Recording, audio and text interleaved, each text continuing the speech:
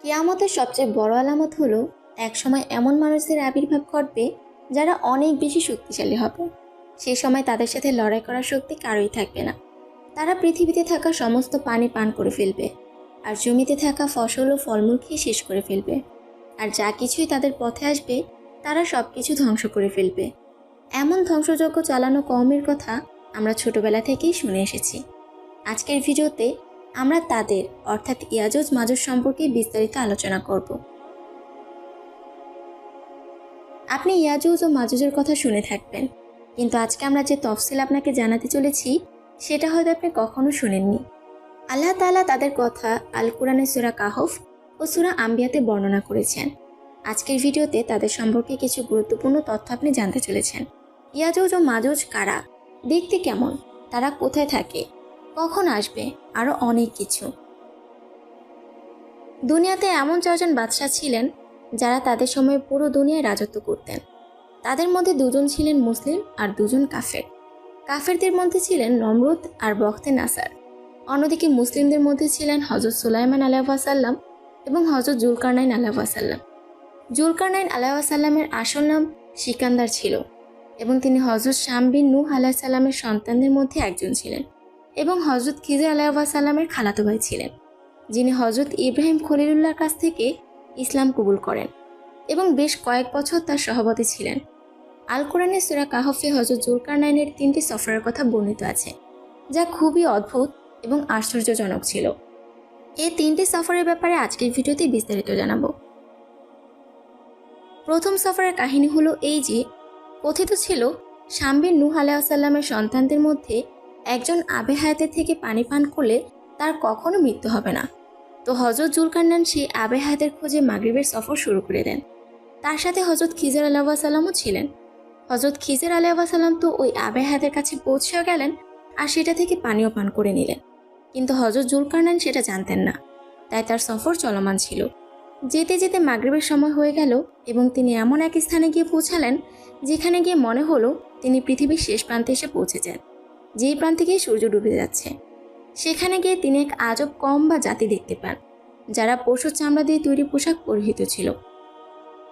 এবার তার দ্বিতীয় সফরের পালা। এই সফর মসজিদের দিকে ছিল। তিনি যেতে যেতে এমন এক জায়গায় এসে পৌঁছান যেখানে হতে সূর্য উদয় হয়। সেখানে এমন কওম ছিল যারা সূর্য ওঠার সাথে সাথে নিজেদের ঘরে ঢুকে যেত, বের হতো না। আর সূর্য ডুবে যাওয়ার সাথে সাথে তারা বের হতো নিজেদের রুজি রোজগারের উদ্দেশ্যে। এদেরকে মানসাব বলা হতো। হযরত জুলকারনাইন তাদের কাছে ইসলামের দাওয়াত পেশ করেন।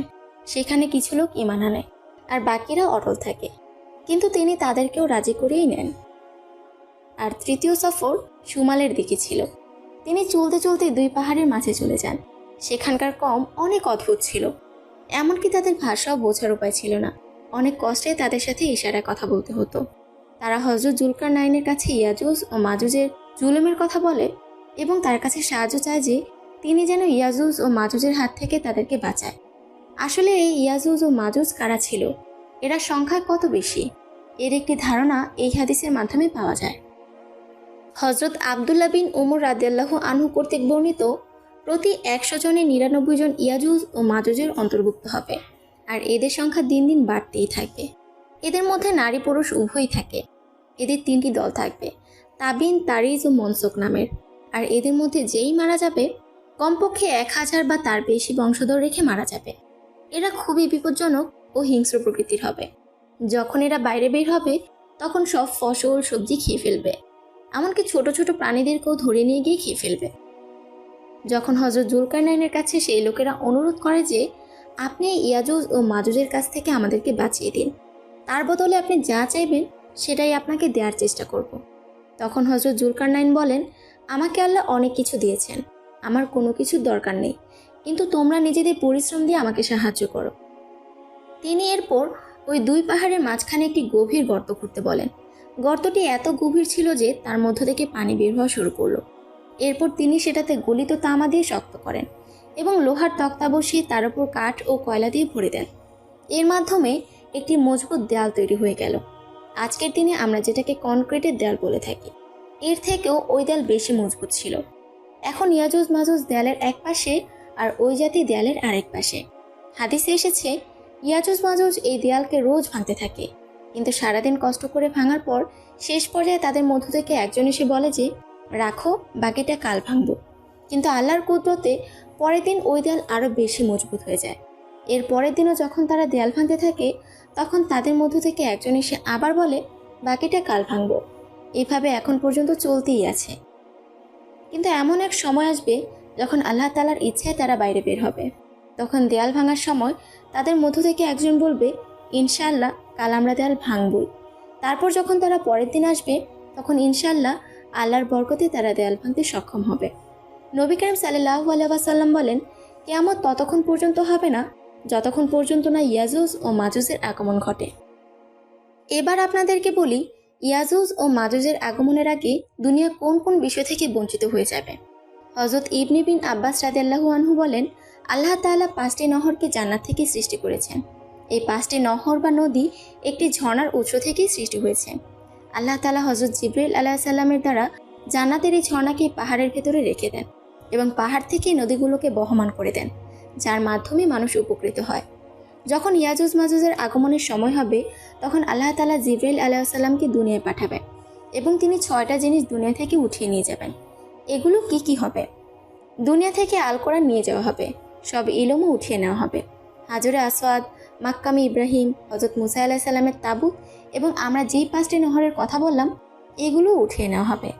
এগুলো উঠিয়ে নেওয়ার পর দুনিয়া ও দিনের বরকত উঠে যাবে, মানুষ বরকত থেকে বঞ্চিত হয়ে যাবে। একবার ভেবে দেখুন কেমন অবস্থা হবে। এবার অনেকের মনে প্রশ্ন আসতে পারে ইয়াজুজ মাজুজ দেখতে কেমন, তাদের চেহারা, চোখ, চুল কেমন হবে? হাদিসে ইয়াজুজ মাজুজ সম্পর্কে এসেছে যে তাদের চেহারা ও চোখ অনেক প্রশস্ত হবে এবং চুল অনেক মোটা হবে। হযরত ঈসা আলাইহিস সালাম যখন দাজ্জালকে হত্যা করে ফেলবেন তখন তাদের আবির্ভাব করবে। দাজ্জালকে হত্যার পর হযরত ঈসা আলাইহিস সালামকে আল্লাহর পক্ষ থেকে মুসলমানদের দূরে কোথাও নিয়ে যাওয়ার হুকুম দেওয়া হবে, কারণ তখন এমন কিছু মানুষ আসবে যাদের সাথে লড়াই করার শক্তি কারো নেই। তারা যখন দুনিয়ায় আসবে তখন প্রচণ্ড অশান্তি সৃষ্টি করবে। এদের একদল যখন সমুদ্র অতিক্রম করবে তখন সমুদ্রের সব পানি পান করে ফেলবে। তারপর যখন আরেক দল আসবে তারা সেটা দেখে বলবে এখানে তো কোনো সমুদ্র ছিলই না। তারা অনেক মানুষ হত্যা করবে, কিন্তু মুসলমানরা তো হযরত ঈসা আলাইহিস সালামের কাছেই নিরাপদ থাকে। তখন তারা বলবে জমিনের সবাইকে আমরা হত্যা করেছি, এখন আসমানে থাকা সবাইকে হত্যা করব, নাউজুবিল্লাহ। এদিকে সামনের পাহাড়ে হযরত ঈসা আলাইহিস সালাম তার সাথে থাকা মুসলমানদের নিয়ে দোয়া করবেন যে আল্লাহ তাআলা যেন ইয়াজুজ মাজুজের ঘাড়ে এক ধরনের পোকা সৃষ্টি করেন এবং তাতেই তারা সবাই মারা যায়। তাদের মৃত্যুর পর হযরত ঈসা আলাইহিস সালাম পাহাড় থেকে নেমে এসে দেখবেন পুরো জমিনে তাদের লাশ বিছিয়ে আছে। লাশের পরিমাণ এত বেশি হবে যে জমিনে পা রাখার জায়গাটুকুও থাকবে না, সেই সাথে সেখানে অনেক দুর্গন্ধও হবে। এখন এত লাশ কোথায় ও কিভাবে দাফন করা যায়? আল্লাহ তাআলার রহমতে এবং হযরত ঈসা আলাইহিস সালামের দোয়ায় আল্লাহ তাআলা এমন কিছু প্রাণী পাঠাবেন যাদের ঘাড় উটের মতো হবে, তারা ইয়াজুজ মাজুজের লাশ উঠিয়ে নিয়ে যাবে। এই তো মাত্র তাদের দুনিয়ার শাস্তি। জাহান্নামেও তাদের কঠিন আযাবের সম্মুখীন হতে হবে। একে তো তারা দুনিয়ায় জুলুম করে তার উপর তারা ঈমানও আনে না।